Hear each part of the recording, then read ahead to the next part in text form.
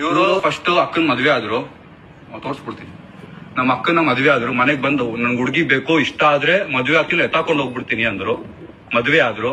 ಮದ್ವೆ ಆದ್ಮೇಲೆ 4 ವರ್ಷ ಆಯ್ತು ಮದ್ವೆ ಆಗಿ. ಆಮೇಲೆ ಅಣ್ಣ ಅವ್ರ ಏನ್ ಮಾಡಿದ್ರು, ನಮ್ಮ ಅಕ್ಕನ ಹತ್ರ ಲೋನ್ ಮಾಡ್ಸಿದ್ರು, 7 ಲಕ್ಷ ಲೋನ್ ಮಾಡ್ಸಿದ್ರು ಅವಳ ಹೆಸರಲ್ಲಿ. ಅದಾದ್ಮೇಲೆ ಬ್ಯಾಂಕ್ ಅವ್ರು ಬಂದು ನಮ್ಮ ಅಕ್ಕಗೆ ಪೊಲೀಸ್ ಅವ್ರು ಬಂದು ಕಾಟ ಕೊಟ್ರು. ಮತ್ತೆ ಇನ್ನೂ ಲೋನ್ ಮಾಡಿದ್ರು, ಮೊಬೈಲ್ ತಗೊಂಡ್ರು, ತಗೊಂಡ್ರು. ಅದ್ರ ಜೊತೆಗೆ ಹುಡುಗಿರ್ ಶೋಕಿ ಎಷ್ಟು ಒಂದಲ್ಲ ಎಷ್ಟು 40-50-60 ಹುಡುಗಿರು ಮೆಸೇಜ್ ತೋರಿಸೋಲ್ಲ. ಇದೆಲ್ಲ ನಾವು ಬರೀ ನಾವೇ ಮಾಡ್ತಿದೀವಿ ಅಂತ ಬರ್ಬಾರ್ದಲ್ಲ. ಇದೆಲ್ಲ ಏನಕ್ಕೆ ಬರ್ಬೇಕು ಅಂದ್ರೆ ಎಷ್ಟು ಜನರಿಗೆ ಮಾಡಿರೋದು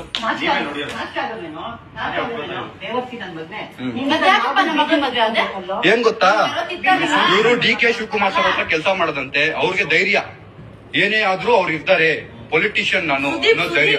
ಸುದೀಪ್ ಸರ್ ಜೊತೆ ಇದೀನಿ ಅನ್ನೋ ಧೈರ್ಯ.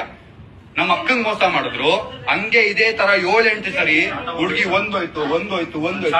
ಮರ್ಯಾದೆ ಹೋದ್ರೆ ನನಗೆ ಬೇಕಾಗೇ ಇಲ್ಲ, ಏನು ಮಾಡಕ್ಕಾಗಲ್ಲ. ನೋಡಿ ಇದು ಹುಡುಗಿ ಮೆಸೇಜ್ಗಳು. ನಮ್ಮ ಹತ್ರ ದುಡ್ಡು ಇಸ್ಕೊಂಡು ನಮ್ಮ ಅಕ್ಕನ ಸಾಲ ಮಾಡಿ ಯಾವ್ದೋ ಹುಡುಗಿಗೆ ಐಫೋನ್ ಕೊಡ್ಸೋದು, ಯಾವ್ದೋ ಹುಡುಗಿಗೆ ಏನೋ ಮಾಡೋದು. ನನ್ ಕಾರ್ ಎತ್ಕೊಂಡು ಹುಡುಗಿ ಹತ್ರ ಸುತ್ತೋದು. ಗುರು ಕೆಲ್ಸ ಇದೆ ಕೊಡು ಅಂದಾಗ ಕಾರ್ ಕೊಟ್ಟಾಗ ಹುಡುಗಿ ಕರ್ಕೊಂಡು ಹೋಗೋದು. ಸರಿ, ಒಡೆ ತಗೊಂಡಲ್ಲ ಮನೆ ಏನಪ್ಪ ಮಾಡಿದೆ, ನಮ್ಮ ಮಗನ ತಾಳಿ ಎಲ್ಲ ತಗೊಂಡಲ್ಲ ಕಳ್ಸಿದೀನಿ, ಎಲ್ಲ ಸ್ಕ್ರೀನ್ ಶಾಟ್ ಯಾರ್ಯಾರು ಕಳ್ಸಿದೀನಿ, 1 ರೂಪಾಯಿನೂ ಇಲ್ಲ, ಎಲ್ಲರಿಗೂ ಕಳ್ಸಿದ್ದೀನಿ.